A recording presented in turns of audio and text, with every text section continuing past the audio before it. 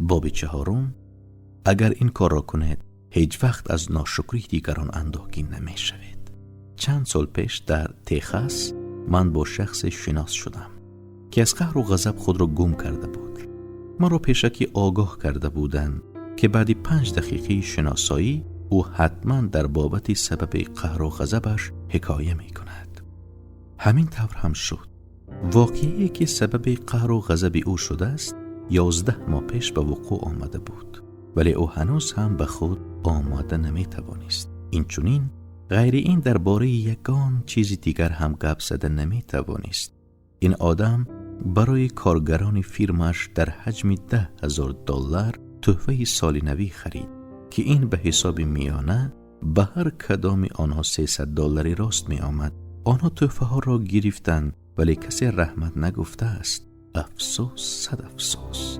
در آب و آتش سوخته می گفت او می دانستم که این خیل می شود 1 سنت هم خراجات نمی کردم. آدمی بدجهل می گوید کنفوسی ظرفی پر از زهر است. این آدم چون پر زهر بود که طور تشکیلات های آمار حساب کرده برآمده است زیاد اگر خدا عمرش دهد تقریباً 14 یا 15 سال دیگر در عالم می ماند. ولی از این 1 سالش را الکی در جوشی قهر و غضب از واقعی که بی بازگشت سپری شده است گذران. انا برای چی دلم با او سوخت. بجای این قهر و غضب و رحم آدمان را نسبت خود بیدار کردن می بایست او از خود می پرسید که چرا این عمل او از طرف خادمانش باعث منتداری نگشت. ممکن او کارگرانش را ماهانه کم داده مجبور کرده بود که از مقرری زیادتر کار کنند و آنها تحفه سالی نوی را نه چون تحفه بلکه چون ماهانه قبول نمودند. ممکن او از حد زیاد کلانگری میکرد و کارگران جرأت نکردند یا لازم نشمردند که منتداری اظهار نمایند. بر ضمن این شاید خادمان او آدمانی خودپسند یا تربیت دیده بودند. اینش ممکن است. خلاصه من هم در این باره از شما زیادتر چیز نمیدانم، ولی دکتر سمیوئل جانسون گفته است منتداری اظهار نمودن نشانه سطح بلند انکشاف اخلاقی آدم است. شما آن را از آدمان بی تربیت هرگز انتظار نشوید. به شما فهموندن میخواهم که این آدم خطای عادی کرد که انتظار منتداری شد. از همین هم معلوم که او طبیعت آدمی را نمیدانسته است. اگر آدم را از مرگ نجات دهید مگر انتظار منتداری اظهار کردن او میشوید؟ شاید بعضی ها همین طور کنند، ولی سمیوئل لیبوویتز که تا سودی انتخاب شدنش چون ادوکات معروف بود و 78 آدم را از کرسی جنایتی نجات داد هیچ وقت منتداری را انتظار نمی شد. به فکر شما چند کسی آنها آمده اظهار منتداری کردند یا روزی فرارسی سالی نویگان ورق منتداری فرستاندند؟ چند نفرشان کنیابید؟ بله، یگان کسی آنها.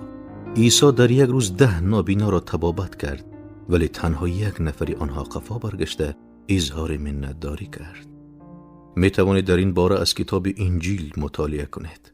وقتی عیسی از شاگردان خود پرسید که 9 نفری باقی مانده کجا شدند، جواب گرفت که همه‌شان رفته بودند و به یگان عرضی سپاس. اجازه دهید به شما 1 سوال دهم. پس چرا شما آن تاجری تگزاسی و من به نیکی همان که نسبتی نیکی های عیسی هیچ است انتظار عرض سپاس شویم؟ وقتی گپ در سری پول باشد وضعیت باز هم بدتر است. چارلز شواب به من حکایه کرد که چطور بار کسری بانک را که در بیرژه به قلابی مشغول بود نجات داده است. شواب برای از حبس رهانیدن او پولهای شخصیش را گذرانیده است. کسیر از او منتدار شد. شاید ولی این دیر دوام نکرد. دیرتر او به مقابل شواب برخاست. حتی شواب را تهمت هم کرد. تهمت کرد آدمی را که جانش را از حبس رها نموده بود. اگر شما به یکی از خویشاوندانتان $1,000,000 دهید آیا او منتدار می شود؟ اندری کارنگی عیناً همین طور کرد. او به یک خویشش $1,000,000 میراث گذاشت. ولی فرض کردیم اگر امروز اندری کارنگی زنده می شد و از گور بیرون می برآمد و می دید و می شنید که آن خویشش به او لعنت می خواند، انیق به دهشت می افتاد. برای چی؟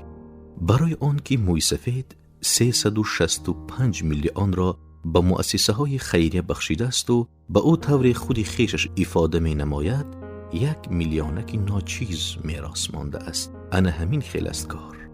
طبیعت آدمی خیلی مرکب بوده. خدا می داند که در طول عمر دیگر شود.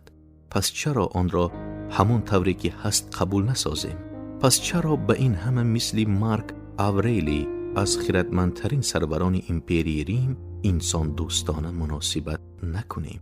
او در یک جای روزنامه‌اش نوشته است: امروز من با آدمان واخوردم که گپ بسیار میگویند، پره به خود باور دارند، خودپرستند، ناشکرند. ولی این مرا حیران و ناآرام نمی سازد، چون که دنیا را به این خیل آدمان هم تصور کردن ممکن نیست. این از سخنان با عقلانه اند، همین طور نه؟ این سخنان با عقلانه اند، همین طور نه؟ عیب در چیست که ما دائما درباره ناشکری غرغر میکنیم؟ عیب طبیعت آدمی است یا آن را نفهمیدن ما؟ مگر خوب نیست که ارزی سپاس را منتظر نشویم؟ آن وقت کسی ناگهان سپاسگزاری کند، بیگذار این برایمان چنین حادثه غیر مقرری و مرغوب قرار گیرد. اگر آن را نشنویم هم نباید محزون شویم. انا ملاحظه اولی که در بابت قید کردن میخواهم. که در این بابت قید کردن میخواهم. برای آدم ارز سپاس را فراموش کردن حادثه مقرری و طبیعی است. از این رو اگر شما ارز سپاس را انتظار باشد، برای خود رنجش و آزاری زیاد آماده می سازید. من یک زنی نیویورکی را می شناسم که دائما شکایت می کند که طاقه و تنهاست. او ساعتهای دراز حکایت می کند که به جیانهای خود چقدر مهربانی ها کرده است. وقتی کودک بودند آنها را نگاه و بین می ساخت. وقتی به بیماری های سرخک و کبود خوفه گرفتار شدند دائما در نزد بسترشان می نشست. جیانهایش سالهای دراز در خانه او زندگی سیر و پر داشتند. و یکی از آنها کمک رساند که انستیتوت تجارت را ختم سازد. دومی باشد از خانه او به شوهر برآمد و غیره. حاضر چی؟ مگر جیانها به عیادت او می آیند؟ گاه از روی قرض اولادی. ولی راست گپ به اینجا آمدن به آنها آنقدر معقول نیست. آخر می دانند که بیایند و ساعتهای دراز آه و افسوس و طعنه و ملامت می شنوند. بعد وقتی کمپیر نمی تواند که با این به گمان خودی او دقت جیانهایش را جلب نماید، دردش خروج می کند. ضعف دل آغاز می یابد. واقعاً این خروج و ضعف درد او آیا حقیقتاً هم روی می دهد یا قلبکی است؟ دکتران تصدیق می کنند که بله حقیقی است. دل او سست است، از تخی کردی عذاب می کشد، ولی علاج طبابتش هم وجود ندارد. بیماریش خاراکتری احساسی دارد. و حقیقتا هم این زن به محبت و نگاه و بین احتیاج دارد که خودش آن را ارز سپاس نام گذاشته است، ولی هیچ وقت به این نائل نمی گردد، چون که او ارز و سپاس را پیوسته و از حد زیاد طلبگار است. حتی گمان می کند که به این حق دارد. بغیر او هم باز هزارها زنان وجود دارند که مثل این زن از ناشکری، تنهایی و نارسایی نگاه و بین از جانب خویش و اقربا بیمارند. آنها همه تشنه محبتند، ولی در این دنیا تنها یک واسطه به محبت مشرف شدن وجود دارد. آن را از حد زیاد طلب نکردن، بلکه دیگران را دوست داشتن و به دیگران نیکی کردن، ولی بر ضمن این هیچگاه امیدوار ارز سپاس نشدن. این اندیشه ها هرگز هوایی نیستند، بلکه از عقل سالم برمی آیند. باور کنید این واسطه اساسی به خوشبختی که ما و شما در آرزویش هستیم نائل شدن است. شخصا من این را خیلی خوب می دانم. در عائله ما همین خیل بود. پدر و مادر من با دلی گشاد به دیگران کمک می کردند.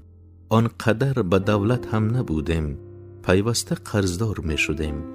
با وجود این والدانم هر سال یک مبلغ دریافت کرده به صغیر خانه کانسی بلافسی شتاتی ایووا می فرستانیدند.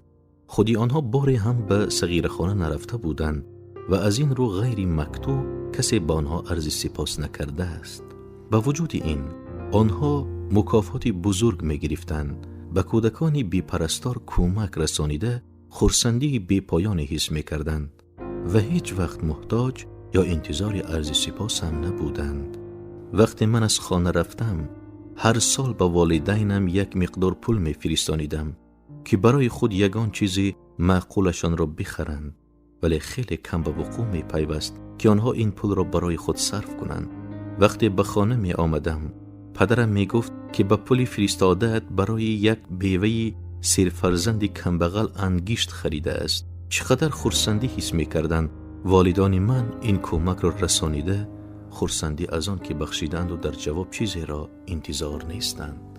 من پره باور دارم که پدر من با آدمان ایدئالی که ارسطو آفریده است، آدمی که به خوشبختی حقوق دارد، پره موافق است.